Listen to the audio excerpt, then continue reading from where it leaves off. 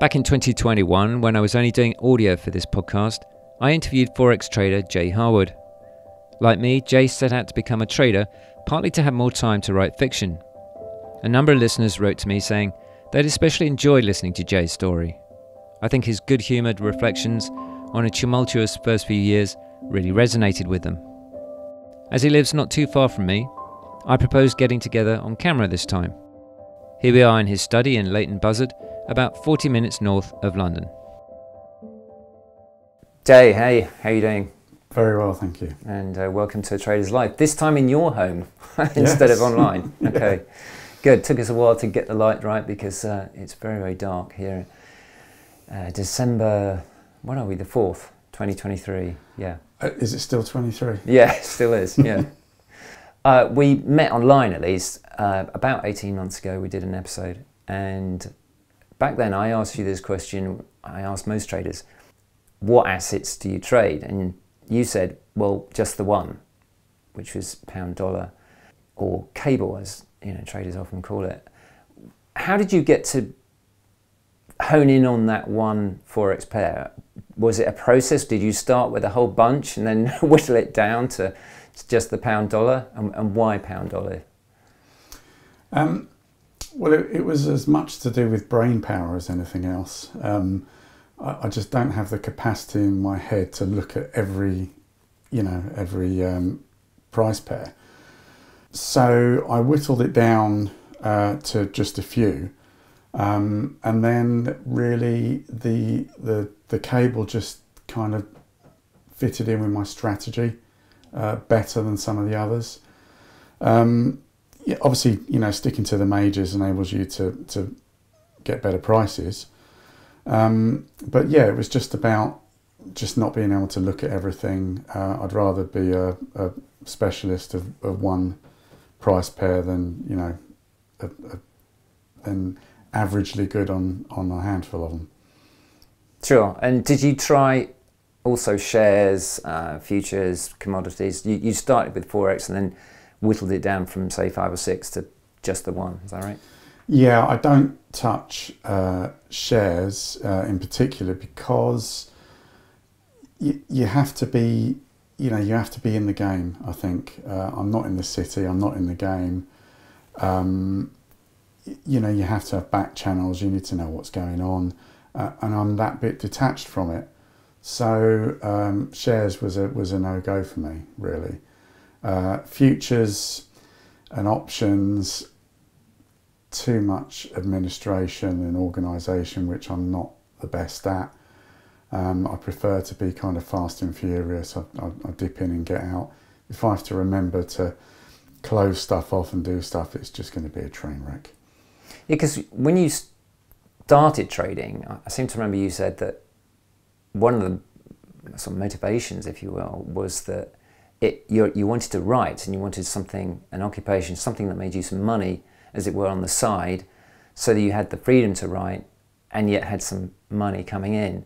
So I guess if you're going to have to take on something like options, which is a pretty steep learning curve, I would say, in trading, more than most of the options you could trade, that sort of is going to kill the whole original purpose, isn't it? Because you're not going to have the time for writing anything, because you've got to spend so much time learning, and then you're not going to have the time to write, and then it's just difficult. Well, yeah, and the point is that as soon as I started looking at charts, I was hooked, and then it became apparent quite quickly that I needed to be looking at charts a lot, and so the writing just went out the window, and the trading was my life. And here I am, 8 years later, only just starting to write again. Only just being able to find that balance which comes with the confidence of what you're doing. So I know when I can step back and write, and I know when I need to be on it trading. Did you start trading when you had a sort of regular day job? Yeah. Okay. And then what I started doing is cutting down the hours trading, and I still do an occasional sideline as well, which isn't writing and isn't trading, just to keep me moving, because the trouble is, as you know, you start sitting in front of screens for 12, 13 hours a day when you're our age, and your body starts to say, oh, I quite like this, not doing anything, not getting any exercise. I'm going to start slowing down, and you're getting out of breath, walking upstairs. So you need to keep moving, and I'm not a gym bunny. So I go out and do something quite physical for a couple of days a week. And it also enables me to step back from the trading and get a break. When you say physical, like what? Walking, running? No, I actually do some work for the ambulance service. Oh, good. So I just do a couple of shifts a week. It just keeps me moving. And that's the balance between the physicality and giving myself enough time to trade. Yeah, because that is quite physical, isn't it? You know, you've got to lift things, you've got to lift people sometimes. Yeah. A lot. You Yeah. have to lift people a Yeah. lot. That's a good balance for me. Yeah, good, interesting. Going back to the beginning again, when you started with these various pairs, what strategy did you try to begin with? And give us a sort of how you evolved story. Yeah, and that's the key. It's about evolution, and a lot of people, traders, when they start, they don't realise that there is an evolution. They hear of a strategy, they learn a strategy, they look online. But there's so many variables, and you have to take into account your personality, and your personality will evolve the way you trade. So when I started with a simple strategy of supply and demand. So identifying areas in the market where price was overbought or oversold, and going in and trading on those. Now, it does work. But you have to look at a lot of price pairs, because it's a numbers game. You have to take so many trades to get that percentage of trades that work. And I just found myself being stretched too thin by looking at too many price pairs. So then I learned another strategy, which basically is divergence, that everyone knows about. And I coupled that with the supply and demand, and I used the two together. And that enables me to just look at one or two pairs and just specialise in that. And what sort of time frame are you using? I'm using a 5-minute and a 3-minute chart. Something's changed recently, and I've kind of woken up to the fact that I'm very good at getting somewhere between 5 and 10 pips. And then if I carry on trading, I end up giving it all back, and then I have to work the next 8 hours to try and get it back again. Which was what was happening while I was away trading. So very small time frames. Trouble is, you have to go in big. Yeah, yeah. So are you very disciplined with your stop loss? You know, because obviously if you have to go in big, and you make a mess of it, you're wrong, and you don't have a tight stop loss, I imagine you're looking at possible nasty damage. Yeah, absolutely. Yeah, absolutely. So, you know, it's a 10 pip stop loss. If I mess that up twice, so I'm 20 pips down, then I walk away for the day. That is it. Oh, right, interesting. You know, just twice, yeah. Yeah, Okay. Because, you know, if I'm only getting between 5 and 10 pips and I lose 20, well then, you know, essentially that could, in worst case scenario, take me 3 or 4 days to get back. You know, if I only manage to get a handful of pips. So yeah, and also that's what the limit. Your thinking on that is perhaps also that because you've lost twice in a row, losing hurts, and therefore you're on your third trade, you're bordering on the revenge trade. You know, you're going in because you got slapped twice. Now you think, well, I'm going to get back at the market on this one. Yeah. And, you know, I think even after years of practice, we still have that response. I mean, I think hopefully the traders who survive or do well are managing to tame that response very well, and I guess you've learnt to do that. But even so, I'm sure, as you say, there's one, the kind of probability and so on, like in a casino, how many times before you're actually wiped out. And then there's the other thing, which is, you know, I know that if I do this again, I could lose, and I could actually lose control, and it's better to come back when I'm calm and it's a fresh day. Yeah, it is. I think that's the number one problem for traders, and of course it all comes down to discipline.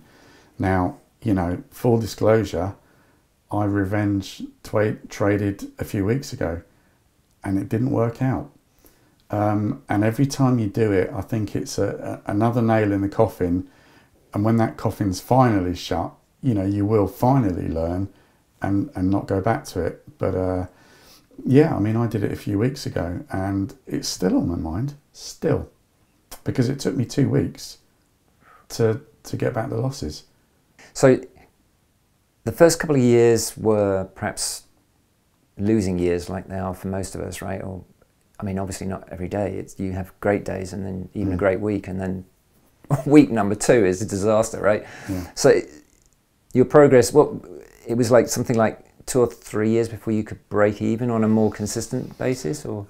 No, it wasn't even that, because it was kind of a rocky start when I started trading. So like everybody else, I expected immediate success and didn't get it, and then got disheartened and then didn't pay enough attention to it, and then got overconfident and expected to get in and do it straight. You know, it kind of, you know, I fell over the first 3 or 4 times starting to trade, but that can be a couple of years, you know.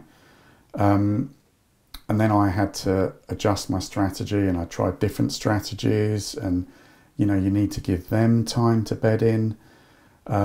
So I mean, for me, it was quite a journey. I mean, you know, I was kind of a good 5.5 years in before I started seeing the light, you know. But I always knew it could work, and I always knew it would work, so I never gave up. But yeah, it took a long time. And you know, what's that phrase? The harder I work, the luckier I get. And that is, that should have been said about trading. You know, that should have been the reason for that phrase, because it's everything, everything. Yeah. What do you think was the turning point? What were the key components to make losing days, consistently a losing month, turn into a profitable month? It came gradually, but it was kind of a maturity of the mindset, really. Can you define maturity? Yeah, you grow into trading. You stop trying to fight the market. You have to respect the market, and that kind of crept up on me very, very slowly. You know, I realised that discipline was far and away the most important thing. Patience, almost as important. And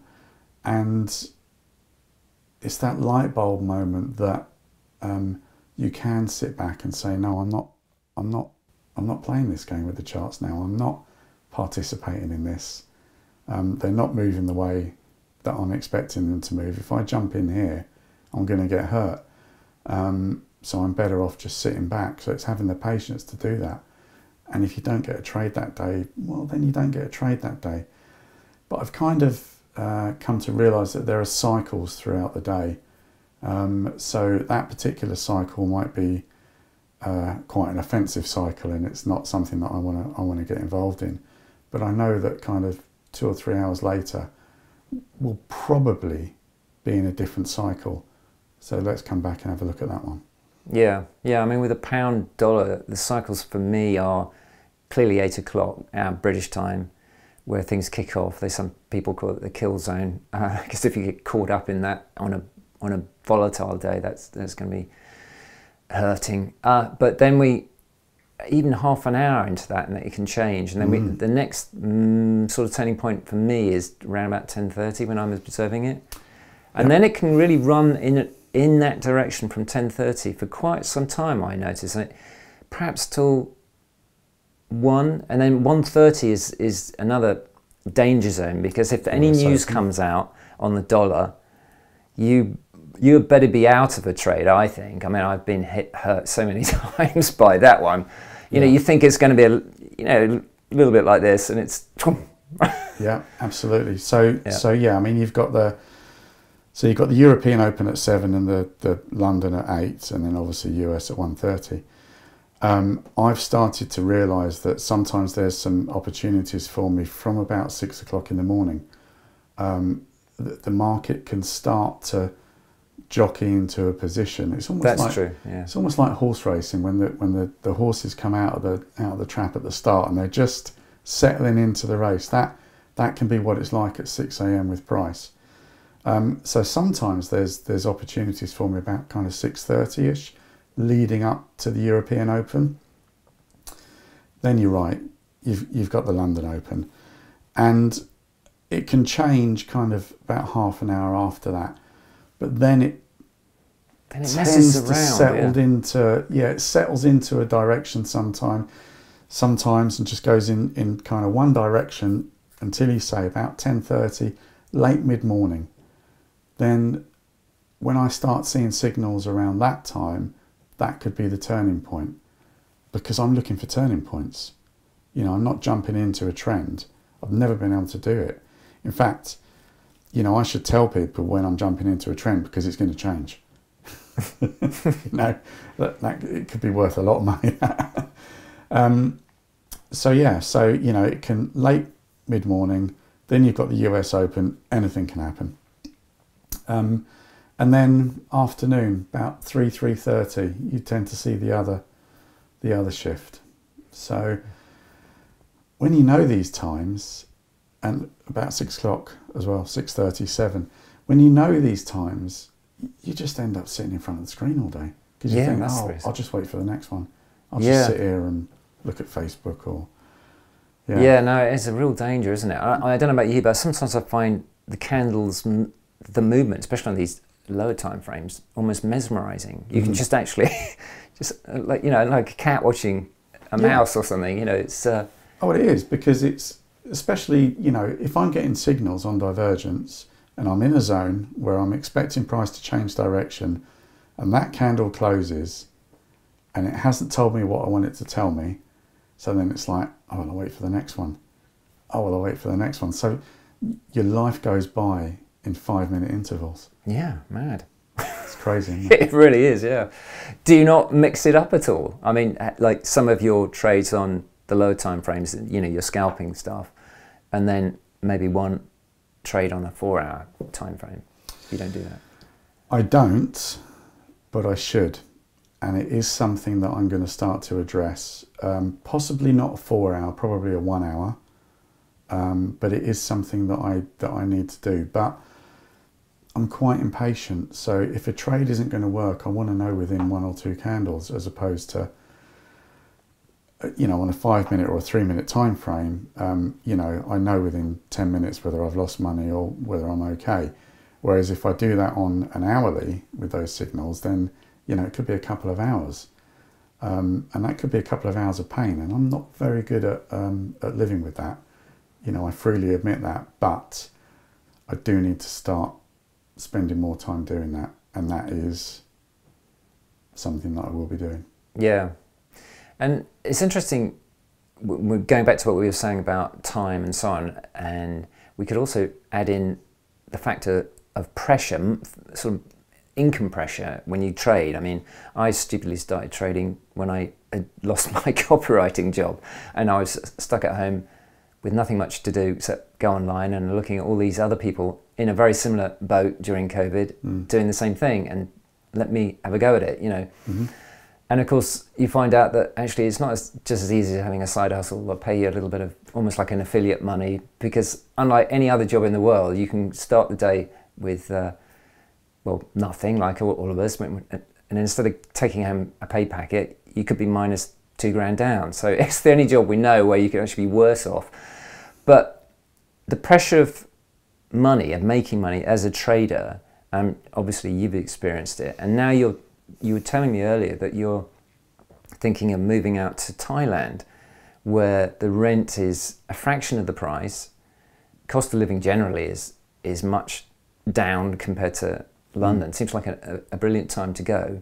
Tell me about what you experienced when you went to Chiang Mai recently. Yeah, so I mean the plan is to be out there for certain periods of time throughout a year, not to, you know, pack up and go out there completely. So when I was recently out there, I went out there purely as a dry run for trading, to see how it would work, how the time difference works, even down to equipment. What do I need? How many screens do I need? You know. So what I found was that when I went there, when I was in the hotel room trading on the first couple of days, that didn't work well for me, which was surprising because I'm sitting in here trading on my own most of the time and it works fine. But out there, it kind of didn't. I think maybe I put myself under pressure saying, right, this is it, you know, and took too many risks. And that was when, you know, I got my backside kicked and started revenge trading. So then what I started doing was going to sort of cooperative workspaces. So I was sitting in an office where everyone was sitting at a desk doing their own thing. And just being in that environment, almost like being on a trading floor in a bank, just being around those people and having that energy, it just made everything slot into place. I found my patience, I found my discipline, and it all worked. And the energy of the people around me kept me going. Whereas if I'm sat somewhere on my own and I have to wait for a couple of hours, you know, I can be falling asleep almost. Yeah, it's interesting, that difference, isn't it? Because here you're quite quiet, you know, you've got your own little study here, and you'd think that, well, what's the difference between that and a hotel room? And on the face of it, not much at all, but simply being away from home, you probably needed that extra energy because the whole thing is a different experience. Yeah. And it sounds like a good move you made. Well, you know, it's warm, it's hot, the sun's shining, you know, you're looking outside at palm trees, you know, at temples, you're away from the news, yeah, and you're away from all those negative things that the UK brings, so you leave that pressure behind, and it just enables you to focus, and the time difference helps, because of course, you know, European or London Open over there, depending on, you know, what part of the year we're in, it's kind of 1 o'clock in the afternoon, 2 o'clock in the afternoon there. So I'm awake, I'm relaxed, I haven't just rolled out of bed and, you know, trying to fight tiredness and, you know, just get that trade and then go back to bed maybe. Yeah, it all works for me. Yeah, do you trade the US Open? I mean, what time are we then? It's probably about, what, 6 in the evening? Yeah, it's late then. Yeah. It's late. I'd like to be done by then, really. But if I've had a bad day, then I'm still on it. So I'd be walking back from a co-working place there to a studio where I'd be staying and having a quick bite to eat and then picking up again then in the hotel room. It's not so bad then because I've kind of had a day trading already, so now I'm just, you know, seeing if there's any opportunities, and if there isn't, I'm just prepared to let it go because it's late and I'm tired and I want to go to bed. And do you feel almost like a weight's taken off your shoulders when you trade out there because of the, you know, as you said, the weather's warmer and, as you know, crappy English news and what have you, and also the fact that you can live out there for pennies. Pennies compared to here. Yeah, it is. Yeah, maybe it's just all those things. Maybe just, you know, everything just slots into place and it all works. I don't really want to question it too much because, you know, it's kind of working. So I'm quite happy to just let it work. Going back to how you trade, how perhaps you could give us a little example or a tiny session of how you trade. Yeah, so I mean, you know, we can have a look at the screens later, but so basically what I'm doing is every single day I do a top-down analysis, and that's on the dollar index, on the pound dollar, and on the euro dollar, and I also put up the dollar yen, because sometimes that can forewarn you for something about to happen. So the top-down analysis every day will go from a weekly or a daily, certainly a daily, maybe twice a week I look at the weekly chart, have a good look at that, take all my lines off, put them back on, because it's amazing how a day changes your eyes. When you say lines, do you mean your moving averages and... No, support and resistance, stuff okay. like that, yeah. So top down, then I start coming down through the time frame. So I go from a day to a 12-hour, 8, 6, 4. And as I'm going down, I'm just looking at those support and resistance lines that I've put in, looking for patterns, flag poles, all sorts of stuff that are showing up on higher time frames, because they will affect what's happening on the lower time frame. And then when I get to the hour, I'm starting to look at divergence. Is there a divergence signal on the hour? Because if I'm trying to trade against that on a 5-minute, I'm going to be losing out every time. I want to be trading with that. So I make sure that there isn't a signal there, or if there is, I'm going in the same direction. Then down to the 5-minute, then I start to mark up zones of imbalance. And then I'm waiting for price to come back to those zones of imbalance and give me a signal with regards to divergence on a couple of indicators. And that's basically it. What indicators are you using? I use a very fast and adjusted RSI, and I use a stochastic. Okay, well, how do you adjust them? What are your settings? With the RSI, I put a moving average on it as well. So I'm looking for not just the line of the RSI, but I'm looking for confirmation from that moving average as well. And with regards to the stochastic, I'm just looking for a cross at an extremity. I don't want to be taking any trades when either of those indicators are in the middle somewhere. They need to be at either end of the scale. So we're kind of below 20 or we're above 80.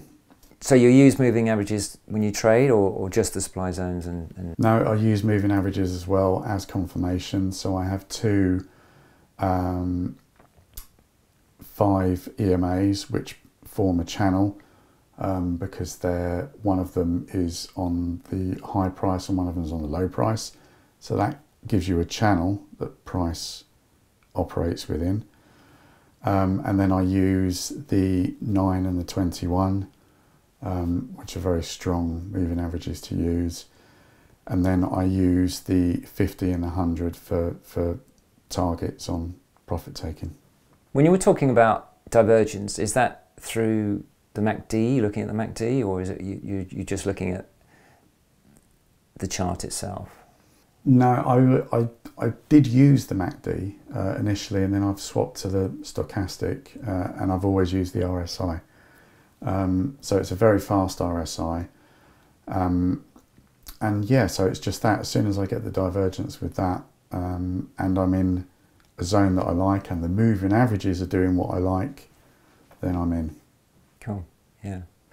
And you mentioned that you were writing, as we were talking about that earlier, and you're actually writing a novel at the moment, right? Yeah, I got back to it finally. Yeah, I did, yeah. I mean, it was just in me, and it has to come out, because otherwise you just lie in bed fantasizing. So yeah, it's a thriller surrounding the world of AI. So we'll see how that pans out. Yeah, how far are you in? 70-odd thousand words in at the moment.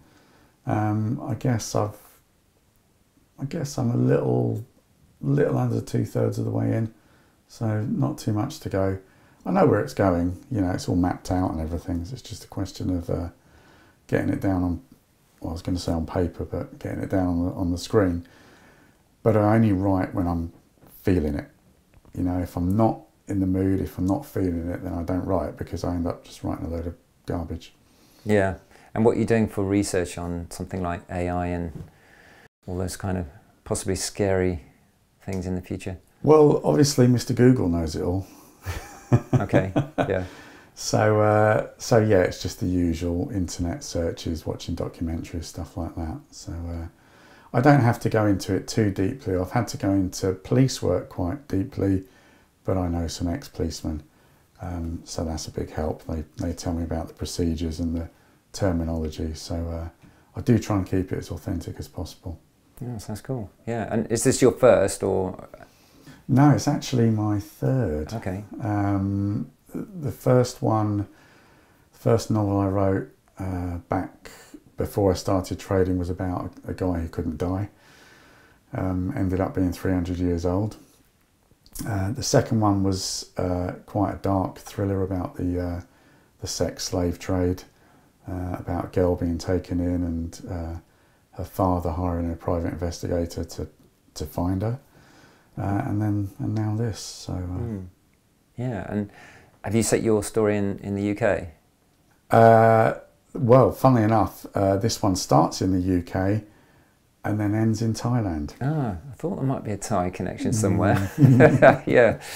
And I suppose one of the, we were talking about money and the pressures of trading anyway, and especially now with the cost of living in the UK and what have you.